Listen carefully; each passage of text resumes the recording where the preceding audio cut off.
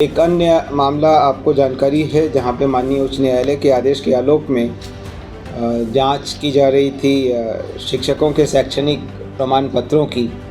तो उसमें भी जांच की कार्रवाई लगभग समाप्त कर ली गई है और 1563 कांड, जो कि उतने मामले 2768 अभियुक्त पाए। विशेष निगरानी इकाई का गठन अलग से किया गया। इसको काफ़ी हद तक सीबीआई की तर्ज पर ढालने का प्रयास किया गया है और ये काफ़ी प्रोफेशनली अपना कार्य कर भी रहा है। और 2022 से लेकर के अभी तक कुल 9 प्राथमिकी ऐसा दर्ज किया है जहां रिश्वत लेते रंगे हाथों पकड़ा गया है। इस मामलों में भवन मूल्यांकन प्रतिवेदन समर्पित किए गए और मैं बताना चाहूँगा कि ऐसे भी मामले हैं जिसमें कुछ में रांची जाकर, कुछ में देवघर या अन्य राज्यों में भी जाकर के हमको वहाँ जाकर के हमारी टीम को वहाँ की प्रॉपर्टीज़ को भी इवैल्यूएट करना पड़ा। जितने भी केसेस हमारी तरफ से फाइल होने हैं उनमें हमारे यहाँ से कोई पेपर्स लंबित ना हो, वांछित ना हो। पुलिस पेपर्स या जो कुछ भी जमा करना होता है वो समय पर जमा कर दिया जाए। गवाहों को जो उपस्थित होना है वो समय पर उपस्थित हो, उनको खबर मिले। नमस्कार, आप देख रहे हैं BC24 और मैं हूं आपके साथ इंद्रजीत कुमार। बिहार विधानसभा चुनाव 2025 का नज़दीक है और ऐसे में बिहार के मुख्यमंत्री नीतीश कुमार एक्शन मोड में हैं। अब बिहार के मुख्यमंत्री नीतीश कुमार के बाद उनके जो अधिकारी हैं वो भी एक्शन मोड में आ गए हैं। देखिए, निगरानी विभाग के द्वारा अभी एक प्रेस कॉन्फ्रेंस बुलाया गया है और इस प्रेस कॉन्फ्रेंस में साफ जो अधिकारी है वो कहते नजर आ रहे हैं कि जो फर्जी तरीके से जो दस्तावेज शिक्षक अपना जमा उन्होंने किया था उन पर अब कार्रवाई की जाएगी। सबसे पहले हम सुनाते हैं निगरानी विभाग के जो प्रधान सचिव है क्या कुछ कह रहे हैं। एक अन्य मामला आपको जानकारी है जहां पे माननीय उच्च न्यायालय के आदेश के आलोक में जांच की जा रही थी शिक्षकों के शैक्षणिक प्रमाण पत्रों की। तो उसमें भी जांच की कार्रवाई लगभग समाप्त कर ली गई है और 1563 कांड, जो कि उतने मामले 2768 अभियुक्त पाए गए, जिनके विरुद्ध 1563 कांड विभिन्न जिलों में दर्ज कराए गए हैं। जिलों के साथ भी हम लोग फॉलोअप कर रहे हैं। विशेष निगरानी इकाई का गठन अलग से किया गया। इसको काफ़ी हद तक सीबीआई की तर्ज पर ढालने का प्रयास किया गया है और ये काफ़ी प्रोफेशनली अपना कार्य कर भी रहा है। इन्होंने भी अभी तक वर्ष 2022 से लेकर के अभी तक कुल 9 प्राथमिकी ऐसा दर्ज किया है जहां रिश्वत लेते रंगे हाथों पकड़ा गया है। 24 में अभी तक 6 प्राथमिकी दर्ज की गई है और 12 कांडों में राज्यसात करने की कार्रवाई की जा रही है। तकनीकी परीक्षक कोषांग एक ऐसा कोषांग है जिसकी मदद की आवश्यकता आर्थिक अपराध इकाई को या विशेष निगरानी इकाई, निगरानी अन्वेषण ब्यूरो या किसी अन्य विंग को भी पड़ती रहती है। और उसमें कई बार होता है कि जहाँ पर भी आय से अधिक संपत्ति या इस तरीके का मामला है तो वहाँ पर जो संपत्ति है, खास करके अगर भवन इत्यादि हैं, तो उनके मूल्यांकन की बात होती है। तो तकनीकी परीक्षक कोषांग टेक्निकली उसको एग्जामिन करके मूल्यांकन करके उसको समर्पित करता है और फिर उसी के आधार पर जो कंसर्न इकाई है वो न्यायालय में अपना आरोप पत्र समर्पित करती है।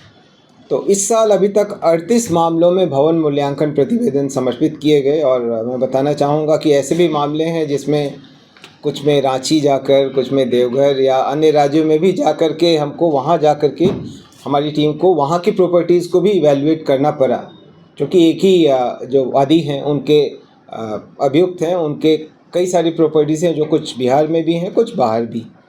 तो ये इनके द्वारा लगातार किया जा रहा है सर। जो अन्य विभाग हैं वो तकनीकी अगर कोई परामर्श मांगते हैं तो तकनीकी परीक्षक कोषांग द्वारा दिया जाता है। दर इत्यादि का जो निर्धारण होता है उसमें इसकी भूमिका है। इनकी अपनी एक लैबोरेटरी है जहां बहुत अच्छी व्यवस्था है। और एक ख़ास काम और हम लोग करते हैं वो ये कि हर विभाग की कुछ योजनाओं को हम रैंडमली सेलेक्ट करते हैं, हर तरीके की योजनाओं की, और उसकी हम औचक जांच कराते हैं। विभागों से हम पूरी सूची पहले मंगा लेते हैं, उसकी औचक जांच कराते हैं। जांच में जो त्रुटियां, कमियां आती हैं उनको हम विभाग को संसूचित करते हैं कि आप उसके आलोक में कार्रवाई करें और ऐसी ही कार्रवाई आप अन्य योजनाओं के बारे में भी करें। ये मूल उद्देश्य। यहाँ तो मतलब मेरे संज्ञान में ऐसा नहीं आया है कि फर्जी प्रमाण पत्र के आधार पर नियुक्ति की कार्रवाई करने की बात की गई है। जीविका में भी ऐसा सीधे सीधे कोई ऐसे मामले तो नहीं आए, लेकिन ये ज़रूर होता है कि कभी भी जब भी नियुक्ति होती है तो प्रमाण पत्रों की बाद में जांच कराई जाती है। कभी कभी उनमें कुछ में आपने जैसे बताया, कभी कभी उसमें जानकारी मिलती है कि या तो प्रमाण पत्र खास करके या तो शैक्षणिक, लेकिन शैक्षणिक में कम ही ऐसा होता है। मोस्टली एक्सपीरियंस का जो प्रमाण पत्र है उसमें कभी कभी जो है वो सही नहीं पाया जाता है। तो जहाँ पर भी ऐसा होता है वहाँ संबंधित कर्मी के विरुद्ध कार्रवाई की जाती है, हटाया जाता है। इवन जीविका में अब आपने मुझसे पूछ लिया, तो जब मैं था तो उस समय भी ऐसे कुछ मामले आए थे और हम लोगों ने कार्रवाई करके उनको हटाया था, तुरंत हटाया था। एसपीएम एचआर जो अभी हटाए गए हैं वहाँ से, आनंद शंकर, उन्होंने कई मामले इस तरह के उठाए थे, अभी भी वो लगातार उठा रहे हैं। अच्छा, तो मैं अभी वहाँ नहीं हूँ इसलिए मुझे जानकारी में नहीं है। सर, अरविंद सर से जानना चाहेंगे सर कि क्या निगरानी विभाग ऐसी कोई पहल कर रहा है ताकि भ्रष्टाचार के मामले में स्पीडी ट्रायल कराया जा सके, क्योंकि आपकी कोर्ट भी अलग है, लेकिन ये गति बहुत धीमी है। अभियोजन मिलने में आपको काफी परेशानी होती है। कितने अभियोजन अभी तक नहीं मिले हैं सर विभाग को? अभियोजन स्वीकृति के बहुत कम मामले लंबित हैं।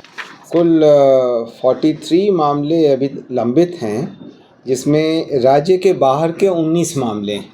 जैसे खास करके जो शिक्षकों का डॉक्यूमेंट वेरिफिकेशन वाला चल रहा था, तो उसमें कई सारे मामले जो हैं, कुछ वेस्ट बंगाल के हैं, कुछ दिल्ली के हैं या वैसी जगहों के हैं, और राज्य के अंदर के 24 मामले हैं जो कि एक पाइपलाइन में रहता है। वो अभियोजन स्वीकृति का प्रस्ताव आता है और फिर हम विभागों को भेज करके फॉलोअप करके कराते हैं, और ये होता रहता है। तो ये लगातार होता रहता है। एक सारे शिक्षकों से जुड़े मामले? नहीं, ये सारे शिक्षकों से जुड़े मामले नहीं, बट राज्य के बाहर के जो मामले हैं उसमें 2-3 अलग अलग जगहों के मामले हैं। जैसे कुछ वेस्ट बंगाल के मामले हैं, कुछ उड़ीसा के मामले हैं, कुछ दिल्ली के मामले हैं।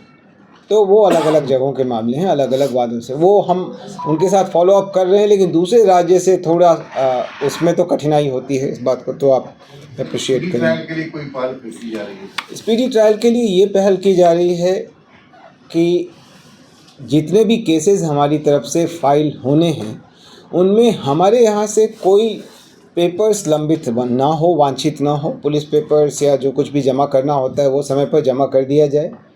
गवाहों को जो उपस्थित होना है वो समय पर उपस्थित हों, उनको खबर मिले, और केसेस को हम तत्परता से आगे लेकर के जाएं। कोर्ट से समय समय पर जो नेक्स्ट स्टेज है उसके लिए प्रे करते रहें। और कोर्ट्स भी मैं बताना चाहूँगा कि काफ़ी इसमें सपोर्ट कर रहा है और काफ़ी इसमें अच्छी गति आई है। और ये बात सिर्फ निगरानी तक ही सीमित नहीं है, बाकी वादों में भी राज्य में उनके में निष्पादन में कोर्ट बढ़ाने की भी कोई प्रस्ताव है या कोई ऐसी पहल? अभी तत्काल तो ऐसा शिक्षक प्रमाण पत्रों का 15 से जांच चल रही है। अभी तक 2,500 ही हुआ है। नहीं 36,000 टोटल मामला जांच करने का। नहीं, वो जांच तो कंप्लीट कर ली गई है। उसमें अभी तक जो है जांच कंप्लीट कर ली गई है। इसमें अभी तक 2,768 अभियुक्तों के विरुद्ध 1,563 कांड अलग अलग जिलों में दर्ज कराए गए, क्योंकि कोर्ट के आदेश पर जांच निगरानी अन्वेषण ब्यूरो द्वारा की जा रही थी, लेकिन जिस जिले से संबंधित कांड था उस जिले में ही दर्ज हुआ है और उस जिले द्वारा कार्रवाई की जा रही है। हम लोग भी उसको सपोर्ट कर रहे हैं। आप सुन रहे थे निगरानी विभाग के जो प्रधान सचिव हैं, उनके पूरे बयान को साफ साफ कहते नजर आ रहे हैं कि फर्जी तरीके से जो अपना दस्तावेज जामा शिक्षक जो किया है उन पर अब निगरानी विभाग के द्वारा कार्रवाई की जाएगी। और ऐसे में अब देखिए, बिहार के मुख्यमंत्री नीतीश कुमार लगातार जो है एक्शन मोड में है ही। अब मुख्यमंत्री नीतीश कुमार के बाद अब उनके अधिकारी भी है एक्शन मोड में आ गए हैं और साफ साफ कह रहे हैं, चाहे एमएलए हो या एमपी हो या कोई भी लोग हो, अगर भ्रष्टाचार से लिप्त पाए जाएंगे तो उनके ज़मीन पर जो है स्कूल खोले जाएंगे। तो आप सुन रहे थे क्या कुछ कहना था निगरानी विभाग के प्रधान सचिव के पूरे बयान को आपने सुना। तो फिलहाल इस खबर में इतना ही। खबरों के साथ बने रहें। अब तक हमारे चैनल को आपने सब्सक्राइब नहीं किया है तो जल्द से जल्द कर लें।